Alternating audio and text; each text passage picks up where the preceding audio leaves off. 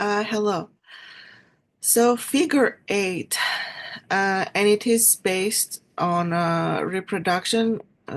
I put few modifications from figure two from Stravinsky et al. 2014 paper.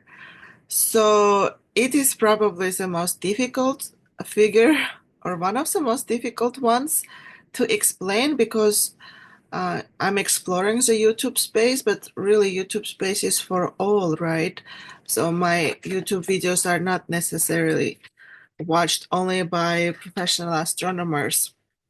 And I find this difficult to explain because in this figure, we use language that is commonly used in everyday life, such as color or mass. But in astronomy, those are technical terms. And also we have kind of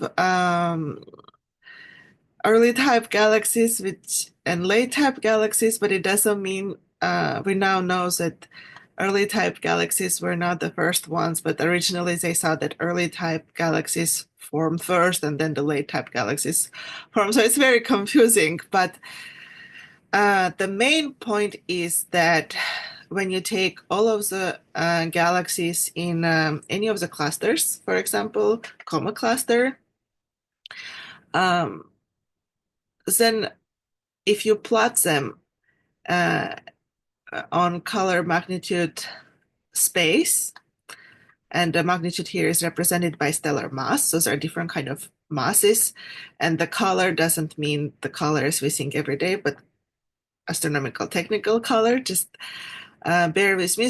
They form distinct kind of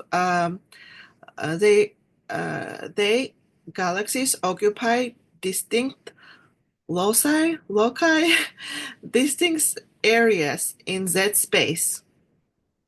You have a red sequence. It looks like a sequence, and it often the early type galaxies belong to the red sequence. You have a blue cloud, so-called. This locus is called blue cloud, and it is often occupied by late type galaxies, but you can see that some late types go towards the red sequence space. So it's not exactly dichotomous, strictly dichotomous. It is not, um, there was like a word somebody used and I really liked it.